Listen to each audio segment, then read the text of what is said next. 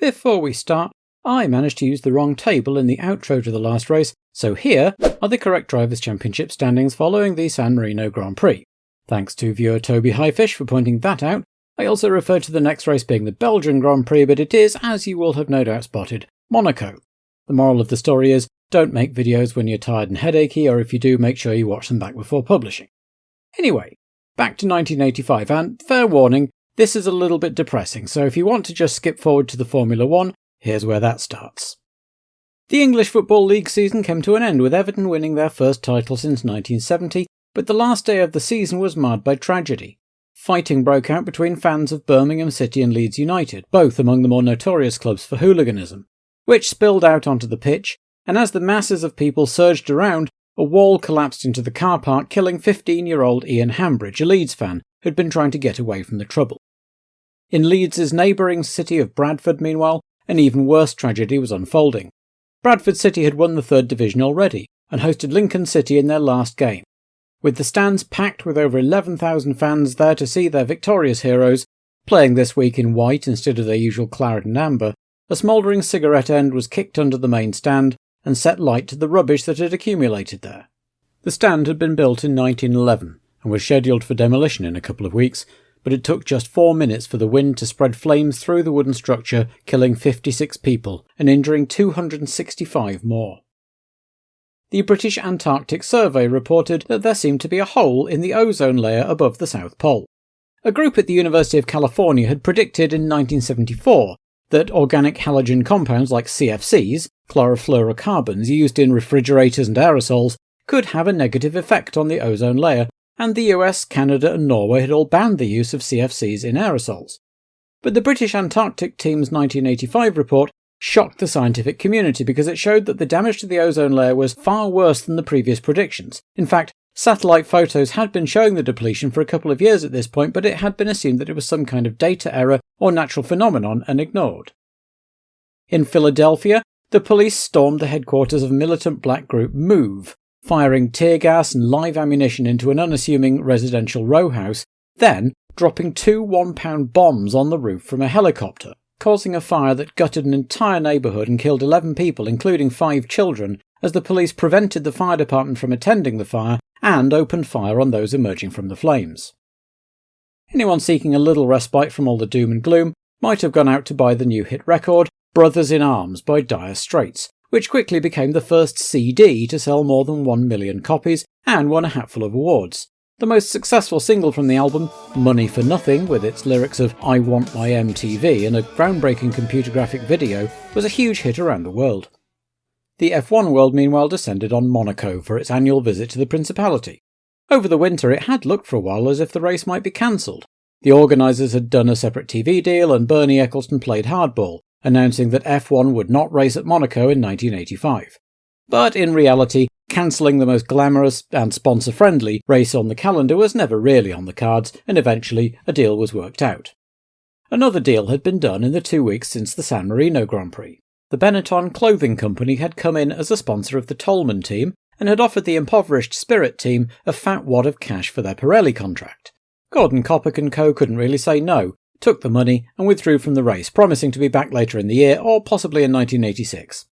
With the team's former lead driver now in a Ferrari, Benetton wanted an Italian in the car and offered the seat to Teo Fabi, who'd been out of racing for 6 months helping his brother run the family talcum powder mine following the death of their father at the end of last year. With only enough Pirellis for one car, John Watson's comeback was off, and Fabi took to the streets in the flag-bedecked Tolman. In other car news, Ligier had a new lighter-weight chassis for the De Cesaris, and Alfa Romeo once again had their new electronic engine management system, which they'd done some more work on in practice. With the top teams, Brabham, Lotus, Renault, Ferrari, all arriving with 4 cars to allow for the destructive potential of the Monaco walls, there was another ding-dong battle for pole as Senna, Alboreto and Mansell all swapped fastest laps. Pierluigi Martini crashed badly on Thursday and injured his knee, taking no further part in the weekend. With only 20 starters in Monaco as usual, there would be non-qualifiers for the first time this year, and competition was just as fierce for the bottom end as the top. Senna led the standings in the dying minutes of Saturday's session, and Peter Waugh sent him out on a set of used tyres in the hopes he might, accidentally, get in someone's way, Senna wasn't keen on the idea and nearly beat his own pole time instead, but did get in the way of one of Niki Lauda's fast laps. But at the end of the 2 sessions, Senna had his 3rd consecutive pole position with Nigel Mansell alongside in the Williams. Michele Alboreto was 3rd alongside Eddie Cheever, who had proved a double point between the possibility of the team losing Benetton backing and his own DNQ here last year.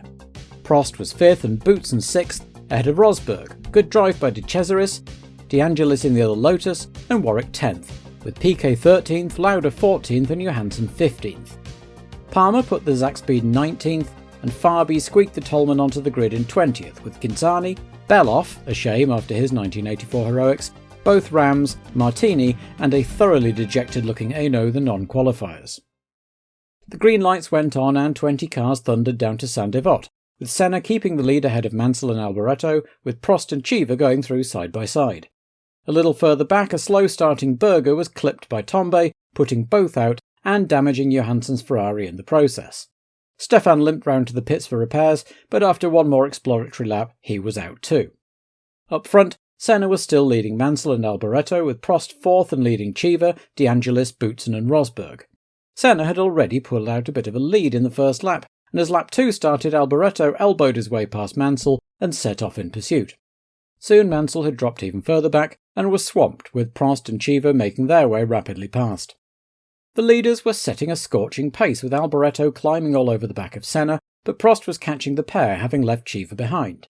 Eddie was soon in a scrap with De Angelis over 4th, and when the Lotus went past at La Rascasse, followed quickly by Rosberg, it was evident that something was up with the Alfa Romeo, and sure enough he turned in at the end of lap 9 with electrical gremlins. Further back, Boutsen, De Cesaris and Warwick were having a fine scrap over 7th place just behind Mansell, and behind them, Riccardo Patrese was having one of his off days, and holding up a little queue of traffic headed by Niki Lauda. Niki managed to extricate himself and began to catch up to the Boutsen group, leaving Nelson Piquet to stare at the back of the Alfa instead. While the cameras were watching all this, and just as De Cesaris nipped ahead of Boutsen into 7th, Senna's Renault engine emitted some blue smoke and faltered, allowing Alboreto to come through into the lead, with Prost soon closing in and being waved past at Portier. The Brazilian turned in to retire as Prost set about doing something about the 7-second gap to Alboreto. It was only lap 14 of 78, so he had plenty of time. So it was Alboreto leading Prost, with De Angelis up to 3rd, then Rosberg, Mansell and De Cesaris leading Warwick, who'd now got past Boutsen, with Lauda closing fast and Patrese still holding up the rest, which currently meant Piquet, Lafitte and Fabi. Nelson was getting distinctly impatient with his old teammate, and on lap 17 he had a look at Saint-Devote, only for Patrese to move over and slam him into the wall in a spectacular high-speed shunt that demolished both cars and caused Lafitte and Fabi to take drastic avoiding action, both coming to a complete stop before getting moving again, though in Fabi's case the effort blew his turbo and he turned round to retire. As they walked in, Piquet looked furious, as well he might, while Patrese looked defensive, as well he might. The accident had also deposited oil all over Saint-Devote, which caused Alboreto to run wide, stop just before he hit the wall, and get going again just in time to see Prost sail past. Lauda wasn't so lucky, ending up in the wall just where Alboreto would have hit it, and he was out. A pumped-up Alboreto chased Prost down and was soon right on his tail, looking for a way past. 3 laps later he found it at Saint-Devote, making his way past at the same spot he'd nearly gone off earlier.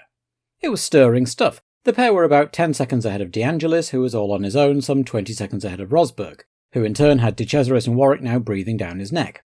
Prost seemed more inclined to see how things panned out, and held station behind the Ferrari, who in turn eased off and had a breather. So now the most interesting battle was over 4th, with Rosberg, De Cesaris and Warwick running close together. The lighter weight Ligier was running brilliantly, and Andrea was looking good value for money, harrying the 1982 world champion and, once the cameras were looking elsewhere, getting past him and pulling away. Brundle came in to have his brakes looked at, but was dispatched once more to be immediately lapped by the leaders. A couple of laps after that, Alboreto slowed, and Prost was back in the lead at the swimming pool complex. Michele had picked up a slow puncture from the Piquet Patrese incident, and now it had gone entirely flat. He bounced in for a new one, as Prost headed off into what looked like it must be an unassailable lead. Alboreto rejoined in 4th place with Warwick and Rosberg right behind. He was able to keep them behind while he got his new tyre up to temperature, and then headed off in pursuit of the Ligier. He was soon up behind the blue car and trying to find a way through.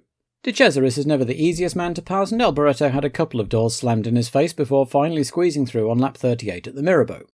That was half distance, and things had by now got themselves nicely spread out at the front. Prost led De Angelis by 18 seconds, who led Alboreto by another 24 seconds or so.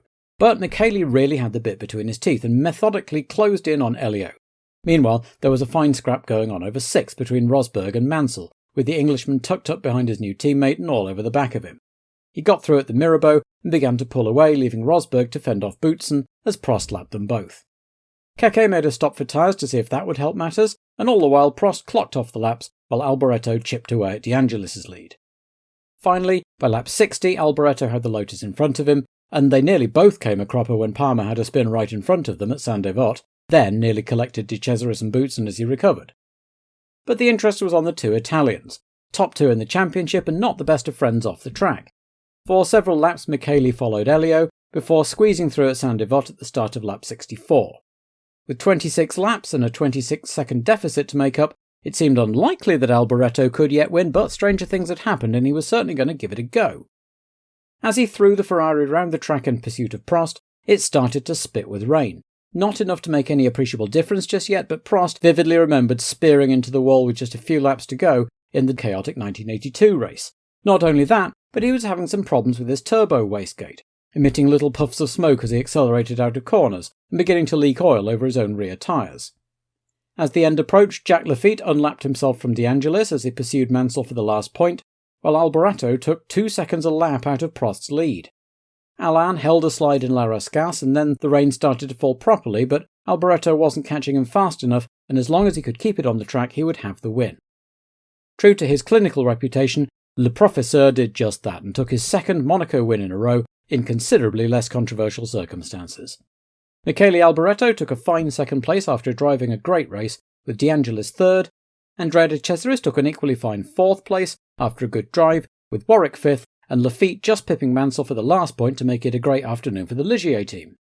Mansell and Rosberg brought the Williamses home 7th and 8th, a disappointing result after their strong qualifying, with Boutsen, Brundle and Palmer the remaining runners, the latter enjoying the first finish for the Zakspeed team. So Elio De Angelis maintains his championship lead, with Prost and Alboreto now tied 2 points behind, while Lotus likewise stay on top of the constructors' table as they head for the next race in Spa.